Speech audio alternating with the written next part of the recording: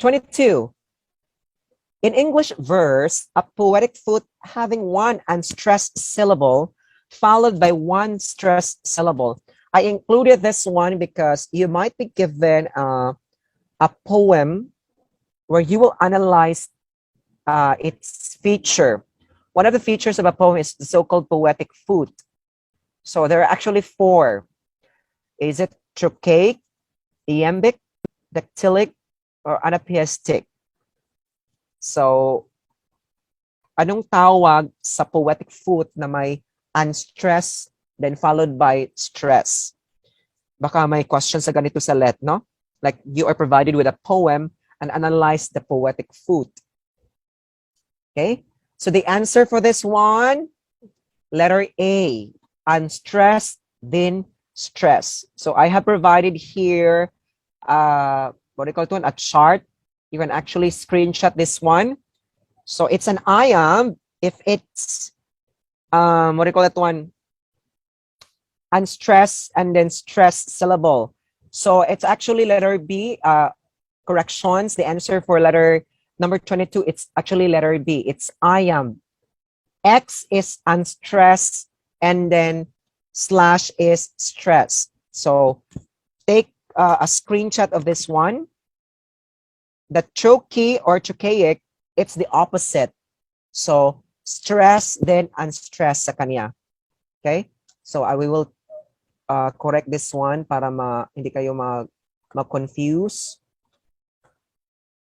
This is letter B. Sorry. Okay. So the answer is letter B. Simple lang. You say unstressed, stress. Iamb. Okay. Trochee or trochaic. We have stress and then unstressed. Opposite. Then anapaest. Parang partner kasi sila. Iamb, trochee, anapaest, dactyl. And then the last two also spondy and pyrrhic. So, though medyo mahirap tong i-memorize, pero by using the word, the symbol X and slash, it will really help you.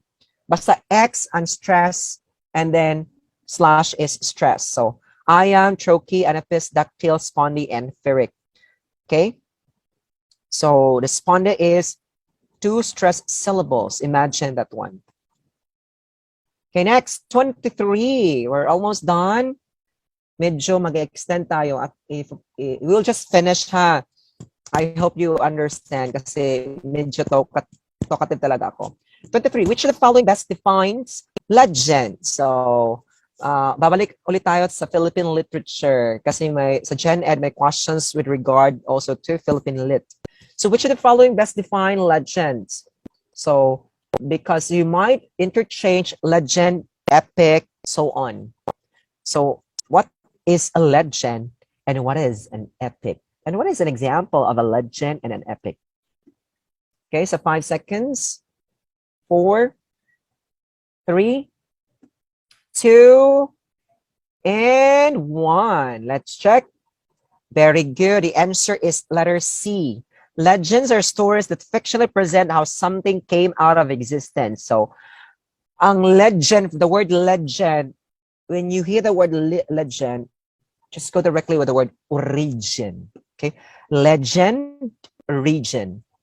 Okay? When you say epic, it's a story, an adventurous story of a hero.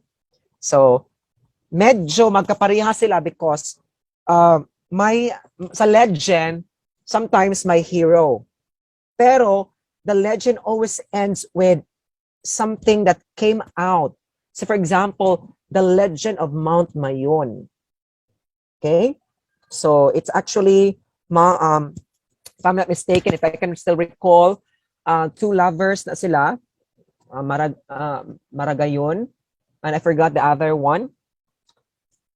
And after a certain conflict, and then yung isa nagiging cloud, saka yung isa nagiging Mount Mayon. So legend siya. But these are actually fictional stories. Kasi these are just based writer's imagination, how something came out of existence. Epic, I will give you an example. If you have time, if you have Netflix account, you can watch Beowulf, the oldest epic, English epic. No, it talks about the hero who killed the beast, but after killing the beast, he actually had a sexual intercourse with the mother of the beast, and then that mother of the beast conceived and had a baby, and that baby became a monster. So, and that monster, they met with Beowulf.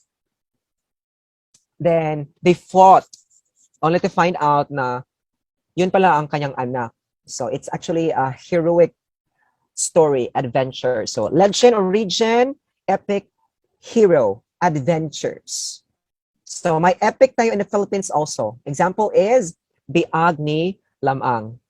That's an epic and the adventure of that one. Imagine a boy who can really lift a person, even who can walk immediately after being given birth, and then pinatay, thrown to the sea, after which they collected the bones, and then he came out after. So parang ganun, no? It's an epic. Okay? Next.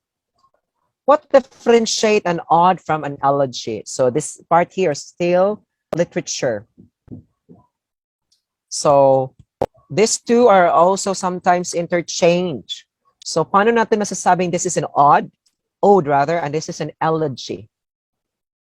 Okay, so I'll give you 10 seconds to read. Is it letter A, B, C, or D? So I include this item because there might be an item in your Gen Ed where you are presented with a text, and the question here is, the text is what? Is it an ode or an elegy? Okay, so what is the difference between the two? The answer is letter C. These are both dedicated to someone or something who is significant. Yung isa, it's for praising or glorifying. Okay, that's why if you're familiar with the literary text, Ode to Nightingale. So this is an appreciation of the bird. Okay, while elegy, it's still lamenting, remembering the person, but this person is already dead. So this is given last night before the burial, or even that day where he will be buried. So they will give an elegy. We lament or remember the dead. Okay? Or even if the person is already buried and you commemorate his anniversary and you make a message to the person, it's still an elegy. So medyo yung elegy class is somewhat not really that sad, pero parang ano yung theme niya, parang ang mode is not so happy. Okay? Pero yung ode is more on appreciation. So mas yung words niya used is more lively compared to an elegy. Okay? So there might be an item in your let where you'll be asked as to what you read. Basta, ode is when you appreciate someone, when you praise. Elegy is when you remember someone who is already dead. 25. This Filipino writer uses a pen name Quijano de Manila. This is one of the National Artist Awardees.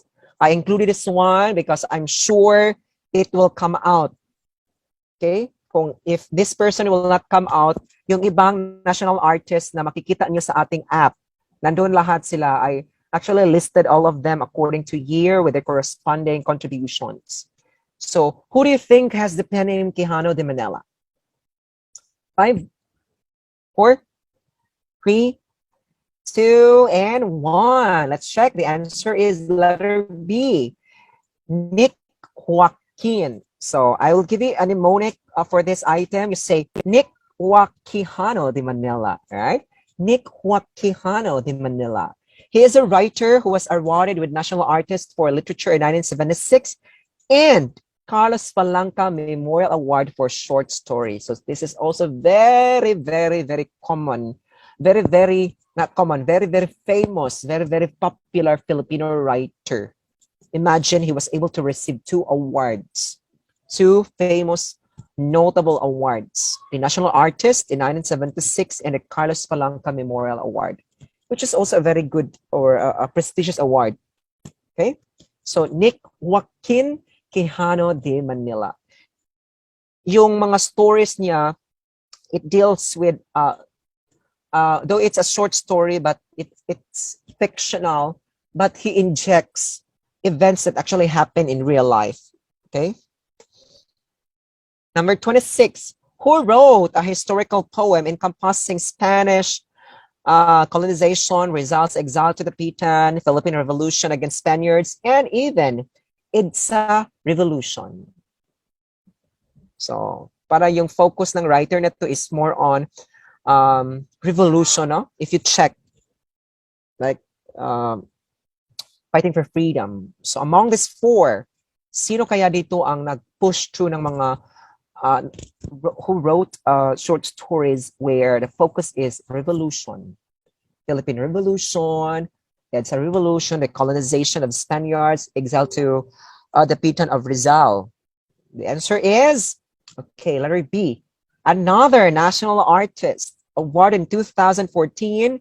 Still, he received Carlos Palanca Memorial Award for Poetry, Essay, and Short Story. This is another national artist. Pero yung mga themes niya is more on revolution. Because Carlos F. Bautista, he is pro-national identity. So yung mga short stories at poem he wrote are more on the Philippines fighting for its national identity. Diyan siya nagwagi ng award because mga stories are for fighting freedom, for the Philippines to have its own national identity, so on. Okay, so he also wrote the following: Summer Suns in 1963, Words and Battlefields in 1998, and one of the most popular, the trilogy of Saint Lazarus, because it criticizes colonization and its effect on identity. Imagine, as I've stated earlier, he is fighting for national identity. Kaya yung trilogy, when you say trilogy, he has 3 books of this one. Tatlong books. You can find this one in our REO Top the Let app. Yung tatlong books. No, all of this one deal with the effects of colonization because it criticizes not only the colonizers but also the one being colonized. Kasi if you remember, Spanish came to the Philippines and been around for almost, for the exact 333 years. And the problem here is we are actually adapting their culture, and then parang we came to adapt them, and then we simply, it came to the point that it's okay that the Spanish are here, that the Spanish were here in the Philippines. It's okay. Parang we lost our national identity. So it is being tackled by Bautista here, that we have to fight for our national identity. So the colonizers are not just criticized, but also us Filipinos, because the natives and the native people somewhat renounced our cultural heritage and instead adopt those cultural heritage of those other, specifically the Spaniards. No, it should have not been that case. 27. Now we're almost done.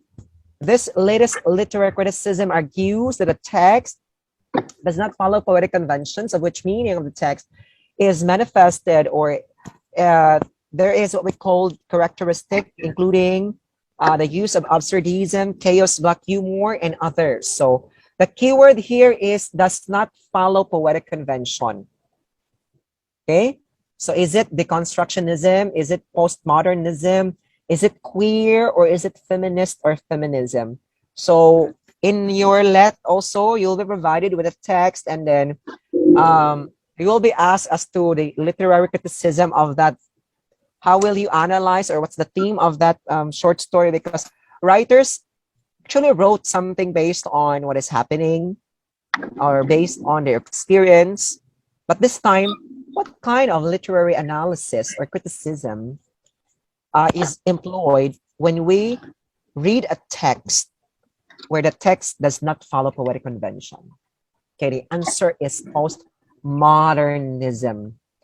It highlights literary revolution, which is actually a defiance to literary conventions. So if you see a poem which is not in stanza, if for example, a poem where the topic is butterfly and the words are actually structured just like a butterfly, it's actually an example of a postmodernism. It's what we call shape poetry. So postmodernism is the latest. This is after World War II. That's why it does not follow poetic convention. 28. Okay, this refers to the criticism that asserts that the meaning of the text deals mainly with how the reader responds. So this is also very easy, no? When you say how the reader understand the text, reader response, the answer is letter A. Okay, what is the other term for reader response? Okay, the other term for reader response is affectivism. I will wrote here in the chat box.